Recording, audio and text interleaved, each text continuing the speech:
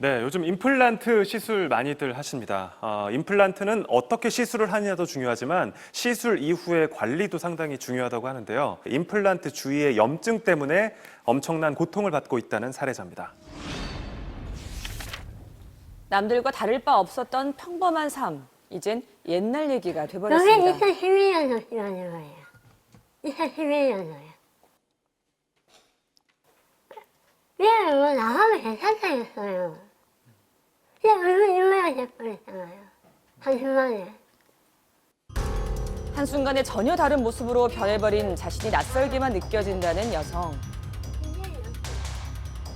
오른쪽 턱은 뼈가 녹아내려 볼품없이 패여버렸고 입이 크게 벌어지지 않는 건 물론 혀조차도 제대로 움직일 수 없다는데요.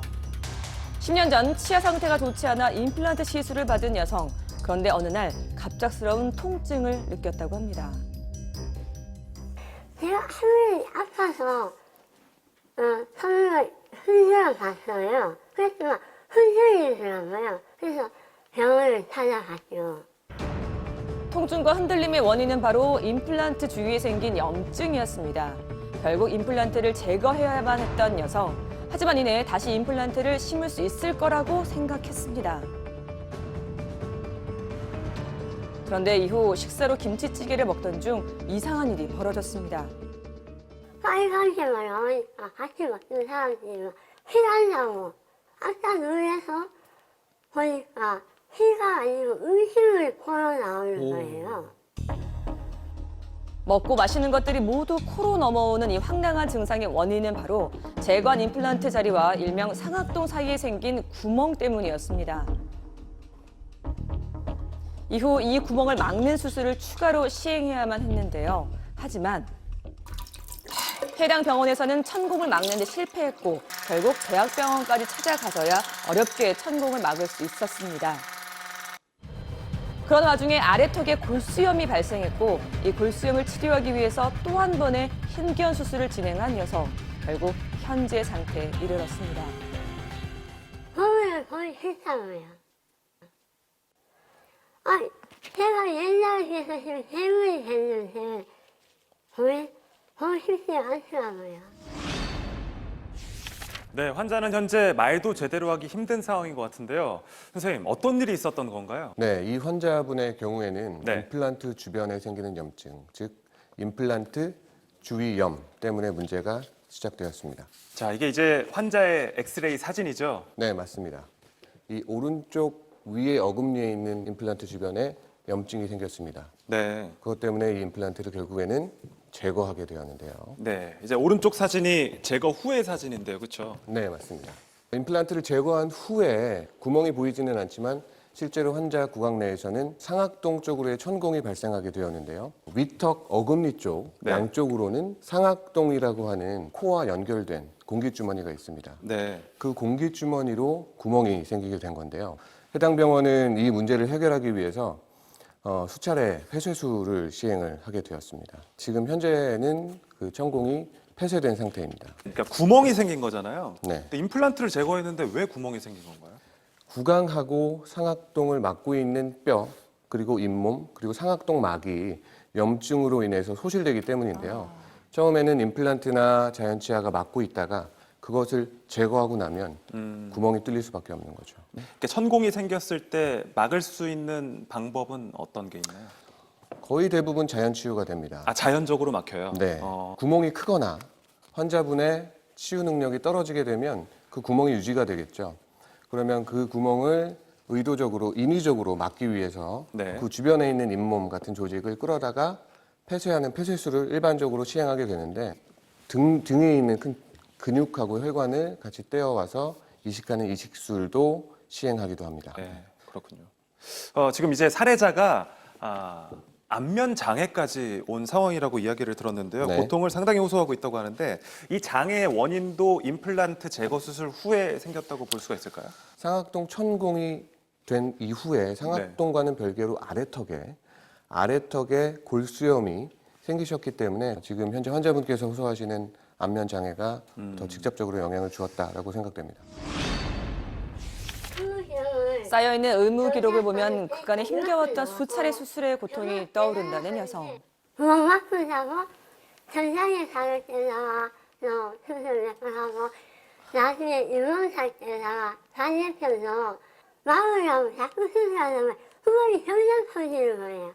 36개월 자꾸 그래요. 계속 3년씩마다 수술 하냐고. 천공을 막기 위한 수술은 약 3년에 걸쳐 총 8번이나 반복됐습니다. 뒤늦게 찾아간 대학병원에서 마침내 폐쇄 수술에 성공할 수 있었는데요. 여성은 아래턱에 발생한 골수염 또한 병원에서 제대로 조치해주지 않았기 때문에 상태가 더 악화됐다고 주장하고 있습니다. 그냥 아프니까 봐주세요 하니까 이거는 뭐 그다지 걱정 안 해도 위에 구멍이 구멍을 뚫는 게 문제지 그때는 중요하지 않습니다 이러더라고요. 병원에서 아래턱 통증에 대한 진료를 했고 골수염을 알았음에도 불구하고 상악동 천공을 폐쇄하는 게 급해서 골수염 증상은 그냥 넘겨버렸다는 건데요. 현재 소송을 준비하고 있다는 여성. 그런데 여성은 병원 측의 태도 때문에 더 화가 난다고 얘기합니다.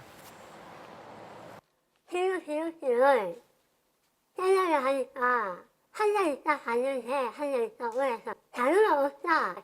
찾아보면 자료 있는 새로 대준다면서 이야기를 하더라고요. 이에 병원은 현 의료기술로는 임플란트 후 염증과 천공을 완전히 차단할 수 없으며 또 임플란트 시술한 지 7년이나 지난 후 환자가 민원을 제기했음에도 불구하고 수술을 진행함으로써 환자를 배려했다고 제작진에게 입장을 밝혀왔습니다.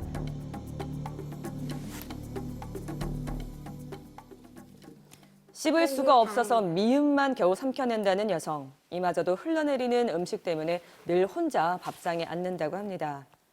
잃어버린 반쪽 얼굴과 함께 사라져버린 평범한 삶을 무엇으로 보상받을 수 있을까요? 네, 변호사님 사건을 한번 정리해 볼 수 있을까요? 네.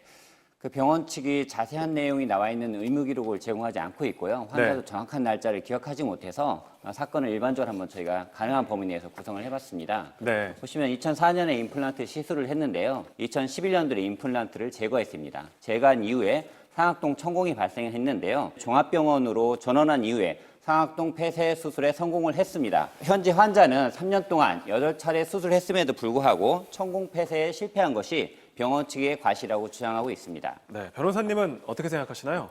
해당 병원에서 2011년도부터 2013년도까지 3년에 걸쳐서 8차례 수술을 했습니다.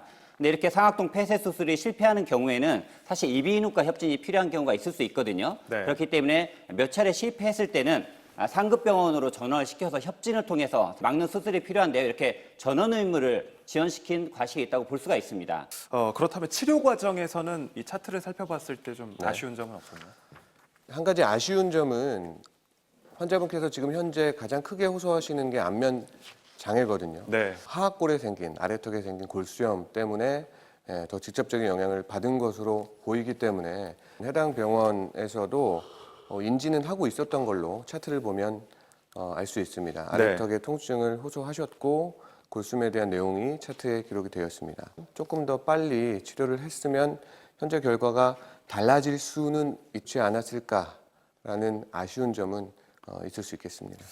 골수염 같은 경우에는 뼛속에 염증이 생기는 거기 때문에 잘 치유가 되지 않습니다. 그렇기 때문에 골수염이 진단됐을 때는 신속한 치료 그리고 강력한 약물을 통해서 치료해야 되는데요. 이런 치료를 지연시킨 그런 과실이 있다고 보여집니다. 네, 그렇군요. 지금 이 환자의 말에 따르면 병원에서 차트를 제대로 제공하지 않고 있다 이런 네. 주장을 하고 있거든요. 네.